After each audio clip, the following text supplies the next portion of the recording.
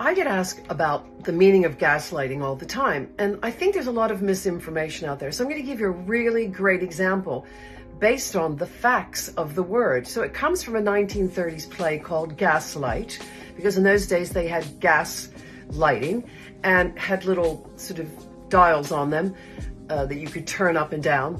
And what had happened was, the premise of it is this woman inherits a lot of money and her husband wants the money, but he needs to convince her that she's crazy.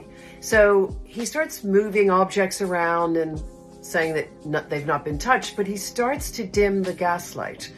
And she says, "It's a bit dark in here."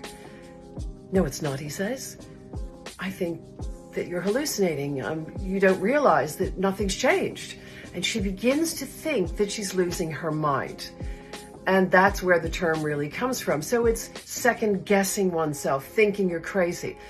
Another example is when I was dating a guy, we were walking down the street and I commented on the clothes of the man in a couple because they were very bright and very ostentatious. And he said, "That's interesting. You only ever notice men in couples. You don't notice women." And I thought, do I? And I began to question myself. And I really became very uncomfortable thinking maybe I did. Turned out he was a narcissist. Not with him anymore. And that's one of the big narcissistic moves, gaslighting. Beware.